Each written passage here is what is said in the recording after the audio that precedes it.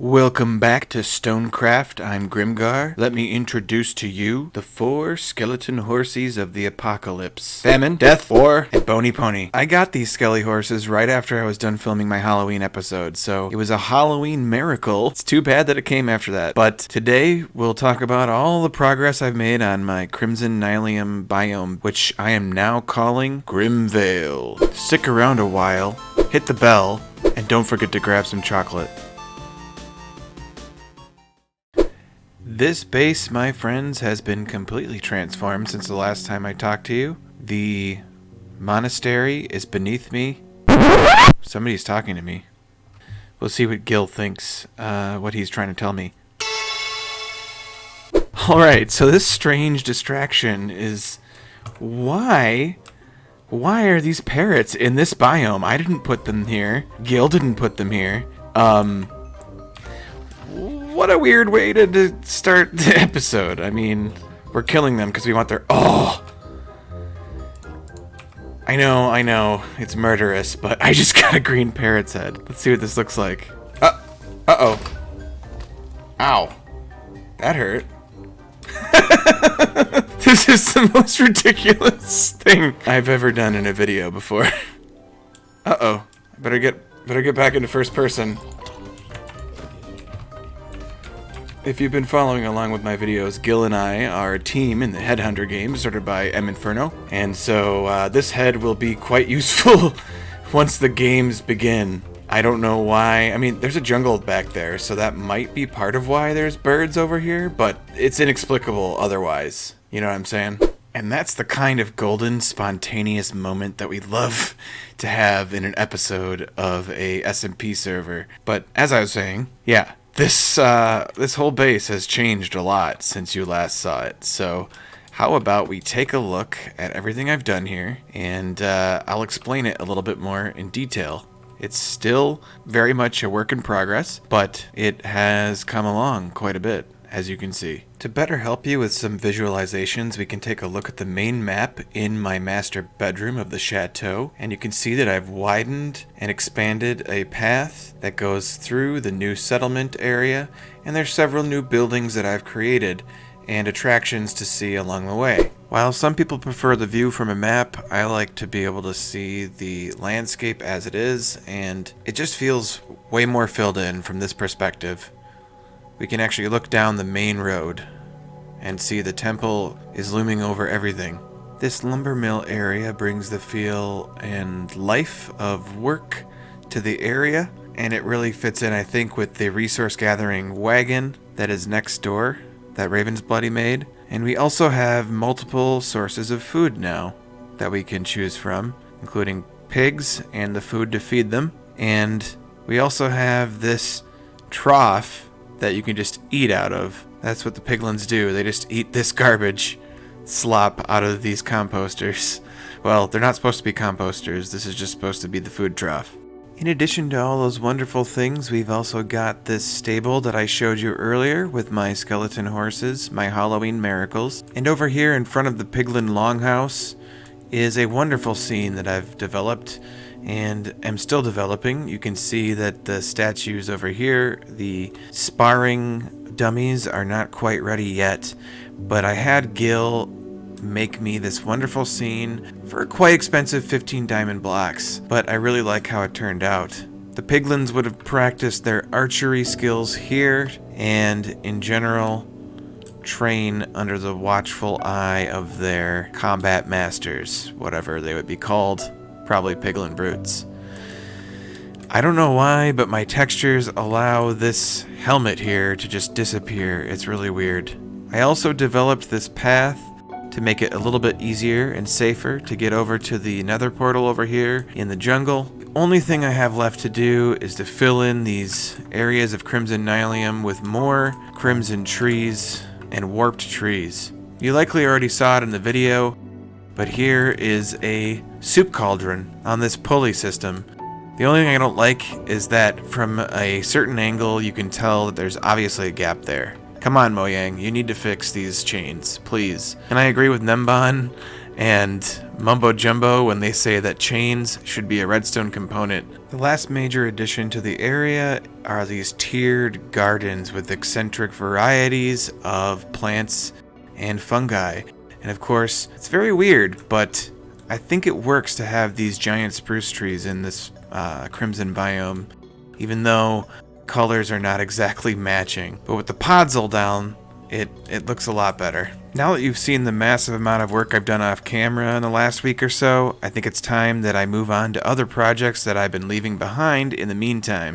One major thing I'd like to address today is the Diamond Loan Program and the surprising popularity of my video on this idea. I never expected it to be the second highest view count on my YouTube page, but given that this has happened, I think it's a good idea to explain how successful everything has been when I put this plan into action. Another player on the server, Penguin Plays, donated these elytra for rental, and the elytra rental really never came through. It never really sufficed to supply money to open new lines of credit, which is essentially what this system is. It went from being a loan system in my head to being a line of credit system. Now here's the problem. There's not very much delinquency.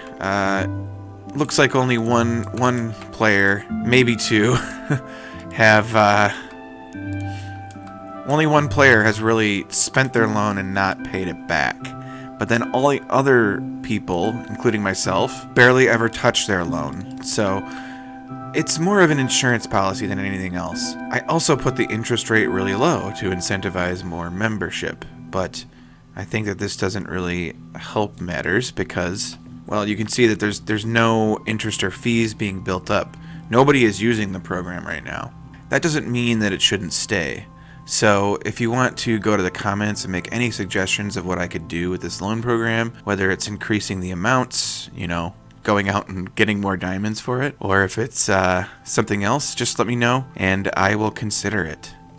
While I was faffing about in the shopping district, I found this in my shop. Hi Grim, I have an idea for a minigame and I need 2 stacks of movable blast resistant blocks. Somebody needs some debris. 4 stacks of diamonds. Sure, I'll do this. I wouldn't need it all at once, but okay. Well, that's good. So, so we have all of the ingots that we need really right now. He doesn't need netherite blocks, he just needs debris. That can be done. I won't bother you with that right now because we're going to talk about other things in the video that we need to get to. Now, after a relatively negligible amount of time at Stone's gold farm, I have 146 levels, and I am ready to finish up my water resistances set of armor.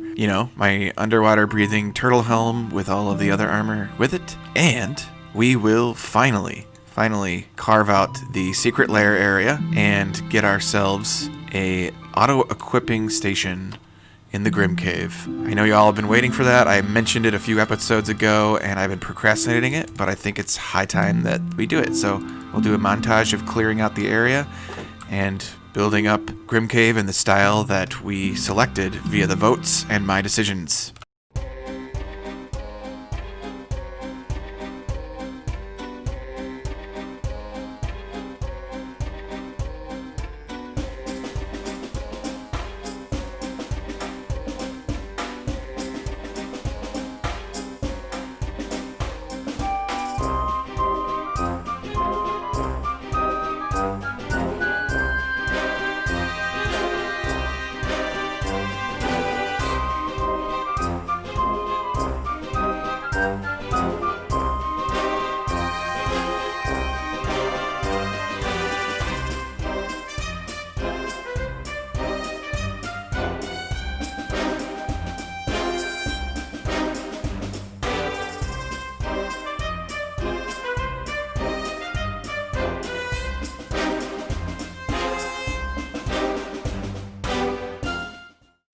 All right, my friends, after several hours of work, it has finally come true. I finally have my auto-equipping stations, and I decided to go with the Tron theme. So as of right now, as I'm recording this, I do not know the results of any surveying I've done on my last video from last Friday. That last Friday video had a discussion on the comment section about whether to do Tron or Dungeon, and I decided to go with Tron. Now, this isn't completely finished. You can see that the ceiling is not covered, and also there's a big hole behind me. Now, I was thinking, I'm not really good with redstone storage, but I might try to build some redstone storage back there. And I don't know if you just heard that spider, but I'm also worried about the caves around here. During the process of building this, I sadly lost an elytra, lost a bunch of netherite gear, and so really the next part of this video is probably going to be a montage of me mining for diamonds for the first time in a long time. But basically what I need to do is get back to where I was before in terms of wealth, and I need to be able to fill this 6th dispenser equipper station. And yeah, just be more careful. I need to be more careful, and I need to rethink what's going on in my shop. And you know, a lot of sacrifices were made to get here. I also spent a lot of diamonds to get all this concrete.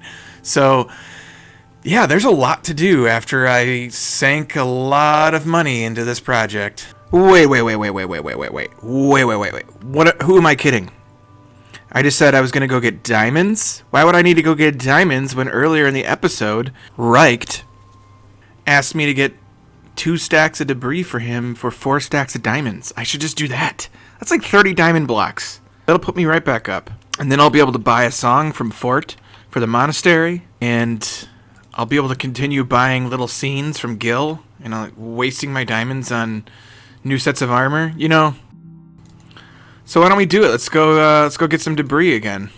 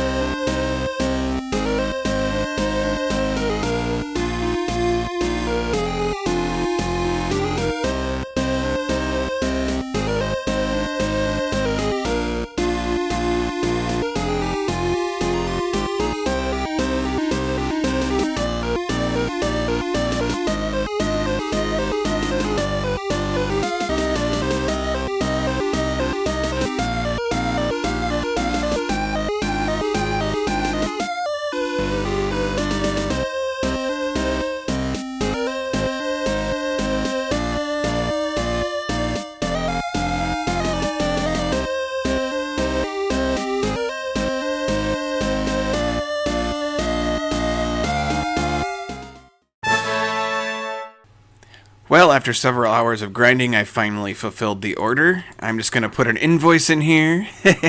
We got an order number, 0001, or 4 zeros and a 1. You know, there might be more of these. And it's 2 stacks of debris. We just got to sign it. It's the Grimvoice. And we'll give this to Rickard or Reicht. How would you pronounce their name?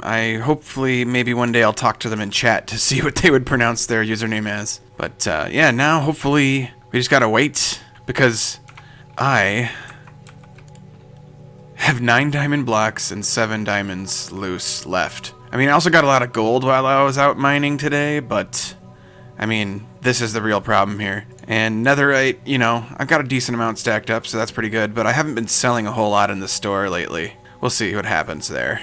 All around, I'd recommend mining gold in the nether as well as debris, because it gets to be pretty lucrative. There's just, you know, I've almost got a constant flow of gold going through my hoppers all the time in here.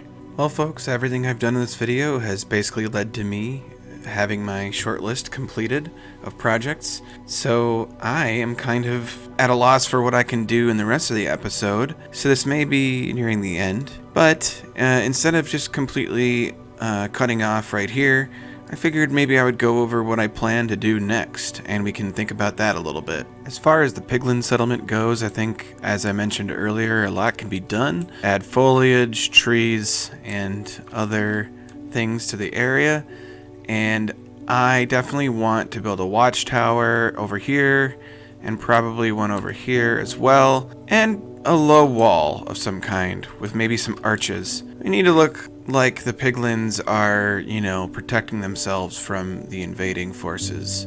Gilrain also showed me that nearby there's a pillager outpost, which may be useful in making the area seem like there's a war going on. Another thing that I could do is return to helping out with community projects. As you can see, the Nether Hub, after it got finished, people got busy to the South Tunnel.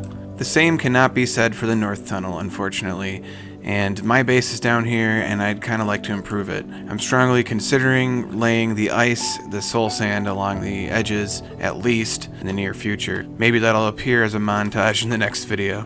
Well, here we are in the Games District, and I was planning to build something here, I think, as well. That's probably on the docket. But, I mean, let's just sit here for a moment and admire the work that M Inferno did. How about I get airborne here so we can take a look? And my frame rate. It's a little bit low, but yeah, this is looking good. And don't forget that Grymgar's... Wait a minute. Who did this again? I'm confusing who started what. Well, whoever started the headhunting games, they're about to see the might of Gil and Grim, Team G and G, so that's going to be on the docket as well. As always, thank you for stopping by. This is going to be the very end. I enjoy making this content. Let me know in the comments. I always appreciate what you think, and I'd like the feedback so that I can continue to make content that you really would like to see. Remember, in the video I mentioned that the Diamond Loan program was not doing so hot, although people are subscribed to it. Let me know what you think we can do about that. And also, let me know what you think about what I can do next to add to all the other things I just mentioned. Anyway, stay safe, wear a mask, and stay distanced, but stay online. We still want to see you online.